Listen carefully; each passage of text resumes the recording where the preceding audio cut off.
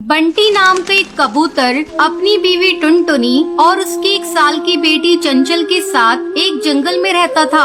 वहाँ के पंछी अपना गुजारा खेती बाड़ी से करते थे। वो पक्षी हर प्रकार के अनाज तथा सब्जियाँ और फल उगाते थे। बंटी उस जंगल में खुद के और पक्षियों के अनाज को शहर में अच्छे दामों में बिकवाता था। उसके शहर में रहने वाले पक्षियों से बहुत अच्छी पहचान थी, इसलिए जंगल के सब पक्षी अपना अनाज बंटी कबूतर से ही बिकवाते थे। हर बार की तरह इस बार भी जंगल के पक्षी चावल और गेहूं की फसल काट कर रख रहे थे। इस बार बहुत ही ज्यादा अनाज का उत्पादन हुआ है। इस साल बहुत मुनाफा होगा। हाँ जी, इस बार तो आमदनी खूब होगी। कुछ दिन में ही आप इन अनाजों को शहर जाकर बेच आइए। इस बार हम अपना पक्का मकान जरूर बनाएंगे। आप तो जानते ही हो, बारिश का कोई भरोसा नहीं है, कब आ जाए किसे पता। उन दोनों की बातें उनके ही जंगल में रहने वाला कालू कौवा सुन रहा था। अरे भैया, क्या बात है? आप तो पक्के मकान बनाने की बात कर रहे हो। अच्छा है, सबकी तरक्की देख मुझे बहुत खुशी हो रही है। मेरा भी अनाज शहर में जाके अच्छे भाव में बिकवा दीजिए। पिछली बार ज्यादा मुनाफा नहीं मिला था, इस बार थोड़ा कोशिश कीजिए कि अच्छा मूल्य मिल जाए। जंगल के सब पक्षी हंसी खुशी से बातें कर ही रहे थे, तभी अचानक तेज हवा चलने लगी। फिर जोर से बारिश होने लगी। सभी किसान अपनी फसल खेत में ही छोड़कर वहाँ से निकल जाते हैं। वो सोचते हैं कि थोड़ी देर में बारिश चली जाएगी तो दोबारा अपने काम में लग जाएंगे। अरे ये बारिश तो बढ़ती ही जा रही है। ऐसे ही चलता रहा तो हमारा पूरा अनाज नष्ट हो जाएगा। बारिश जल्दी ही खत्म हो जाएगी। तेज हवा चलने के बाद बरसे बादल किसानों पर आफत बनकर टूटे। जंगल के सभी पक्षियों ने गेहूं और चावल की फसलें खेत में ही छोड़ रखी थी। उन्हें बस सुबह होने का इंतजार था। सुबह होते ही जब सभी पक्षी खेत में पहुँचे, तब वहाँ का नजारा देख वो पक्षी दंग रह गए। बारिश के कारण अनाज की फसल बर्बाद हो गई थी। इसके अलावा फलों और सब्जियों की फसल भी बर्बाद हो चुकी थी। हे भगवान, ये तो अनर्थ हो गया। पूरी फसल नष्ट हो गई।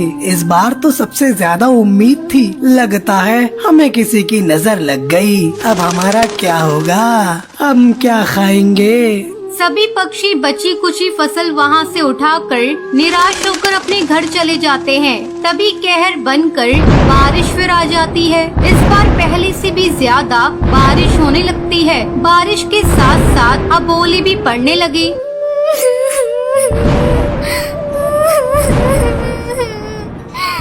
भगवान, ये कैसी परीक्षा ले रहे हो? पूरी फसल तो बर्बाद हो चुकी है। अब क्या बेघर भी करना चाहते हो? सब ठीक हो जाएगा। फिलहाल घर चलते हैं। 1-2 दिन में बारिश चली जाएगी। कुछ दिन का राशन तो बचा ही है, उससे गुजारा कर लेंगे। फिर देखते हैं क्या करना है। टुनटुनी और बंटी अपने घर की ओर जाते हैं। तभी वो देखते हैं कि पानी से आधा पेड़ तक डूब चुका है। उन्हें डर था, अगर बारिश ऐसी होती रही तो घोंसले के अंदर भी पानी भर जाएगा। जिस बात का डर था आखिर वही हुआ। पानी तो अंदर तक आ चुका है। चलो टुनटुनी, जल्दी से सामान ऊपर वाली डाली पर रख देते हैं, नहीं तो और बर्बादी हो जाएगी। उस रात किसी ने ना कुछ खाया और ना कुछ पिया। घर के सभी लोग ऊपर वाली डाल पर रात गुजारते हैं। सुबह हो जाती है, लेकिन बारिश थमने का नाम ही नहीं लेती। घर के बाहर बंटी देखता है कि सब कुछ बर्बाद हो चुका है। जंगल के कुछ पक्षियों का घर भी ढह चुका था। उन्हें डर था कहीं उनका भी घर बारिश के कारण ढह न जाए। सुनिए, बारिश का कोई भरोसा नहीं है। अपना घर कभी भी ढह सकता है। हमें अपने लिए कोई दूसरा ठिकाना ढूंढना होगा। दोनों अपनी बच्ची को लेकर कहीं और आसरा देखते हैं, लेकिन वहाँ के सभी पक्षियों की हालत उनकी तरह थी, तो उनकी मदद कोई कैसे करता। कुछ दूर उड़ने के बाद बंटी को एक घना पीपल का पेड़ दिखता है। वो अपनी पत्नी और बेटी को लेकर उस पेड़ के नीचे चला जाता है। टुनटुनी, जब तक हमें कोई मदद नहीं मिल जाती तब तक हम इसी पेड़ के नीचे रहेंगे। अब घर जाकर तो कोई फायदा नहीं, वो पूरी तरीके से नष्ट हो चुका होगा।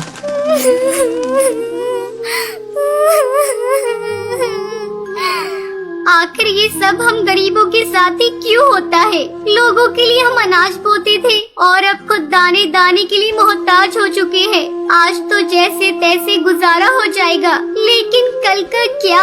आज तो थोड़ा बहुत खाना भी है, कल पता नहीं हमें खाना नसीब होगा भी कि नहीं।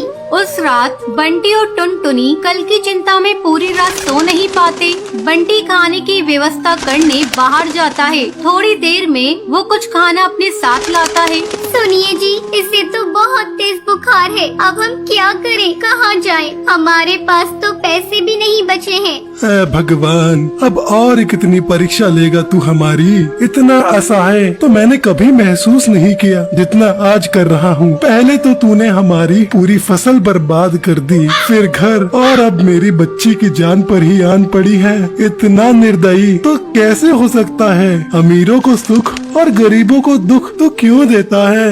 ये सब देखने से पहले मैं मर ही क्यों नहीं गया?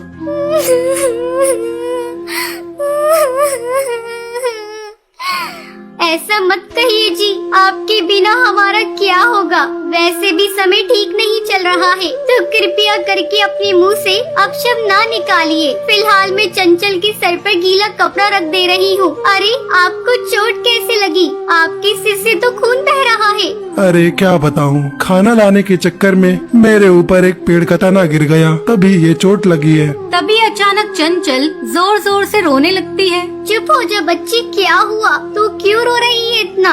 अरे, इसका बुखार तो बढ़ते ही जा रहा है। मैं क्या करूं? कुछ समझ नहीं आ रहा है। पानी से सर पर पट्टी भी लगाकर देख ली, पर कोई असर नहीं हो रहा है। मैं इसे कुछ खिला देती हूँ, शायद तबीयत में कुछ सुधार आ जाए।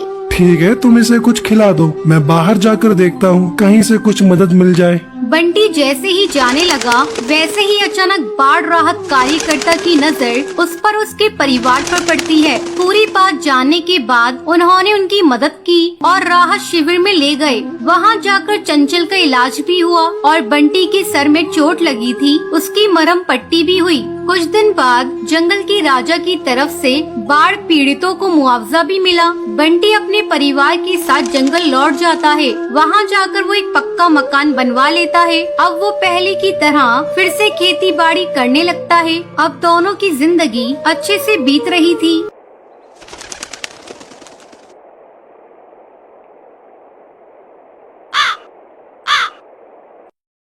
चंदनवन जंगल में टूनी और टुनटुनी नाम की सास बहू रहा करती थी। एक दिन टुनटुनी अपनी सास टूनी से कहती है, माँ जी, सब्जी लेने सब्जी मंडी चलते हैं। अरे बहू, सब्जियों के दाम तो आजकल आसमान छू रहे हैं। तो माँ जी, इससे हम लोगों को क्या मतलब? हम लोग तो बस अपना काम करेंगे और चलते बनेंगे। आप सब्जी वालों को अपनी बातों में फंसा लीजिएगा और मैं धीरे धीरे सब्जियों को चुरा कर रख लूंगी। ठीक है बहू, तू बड़ा सा थैला ले ले और चलते हैं। दोनों सास बहू सब्जी मंडी जाते हैं।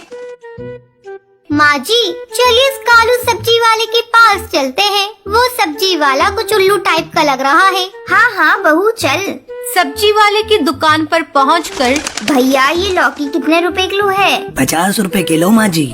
नहीं नहीं, ये तो बहुत महंगी है। बताओ भैया, टमाटर कितने किलो दिए हैं? टमाटर तो 80 रुपए किलो हैं। ये तो और भी ज्यादा महंगे हैं। समझ में नहीं आ रहा है, क्या लूं? अच्छा भैया, बैगन की कीमत बता दो। बैगन 40 रुपए किलो है माँ जी।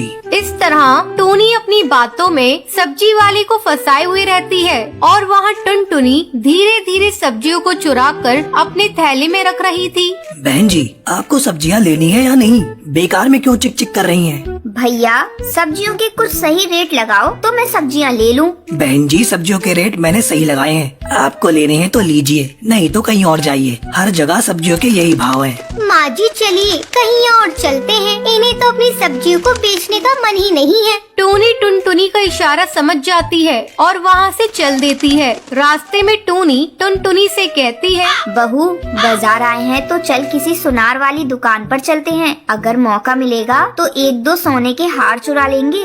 नहीं माँ जी, मुझे तो सुनार वाली की दुकान पर जाने में डर लग रहा है। अरे बहू, इसमें डरने वाली क्या बात है? चल, इस बार दुकानदार को तू बातों में फंसाए रखना और मैं 2-4 हार उड़ा लूंगी। ठीक है माँ जी, जब आप कह रही हैं तो चलते हैं। दोनों सुनार वाली की दुकान पर जाती हैं। आइए आइए बहन जी, कहिए आपको कैसी चूड़ियाँ और हार दिखाऊं? भाई साहब, आपकी मेरी दुकान में जो सबसे महंगे सोने का हार है वही दिखाइए। अभी दिखाता हूँ बहन जी। थोड़ी देर बाद ये लीजिए बहन जी, ये मेरे दुकान के सबसे महंगे हीरे का हार है। कहिए कौन सा दे दूँ?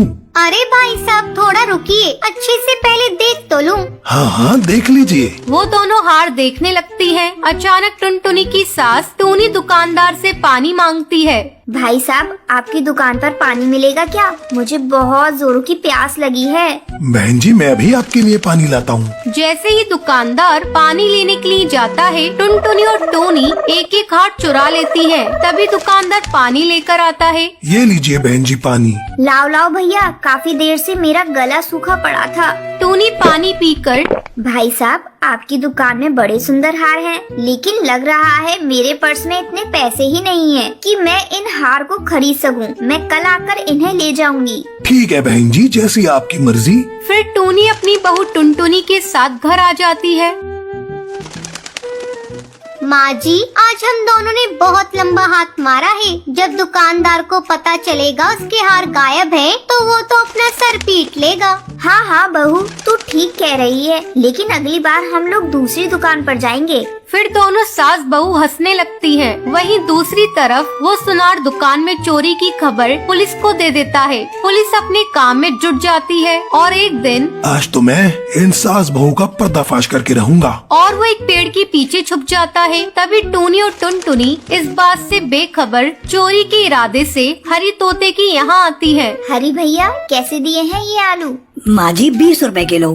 हाय राम इतने महंगे? इतने महंगे तो शहर में भी नहीं है। तभी मौका देखकर टुनटुनी सब्जियों पर हाथ साफ कर ही रही होती है। तभी कौवा इंस्पेक्टर उन दोनों को रंगे हाथ पकड़ लेता है। आज हत्ते लगी हो तुम सास बहू, बहुत दिनों से तलाश थी। अब हवालात में सूखी रोटी तोड़ना।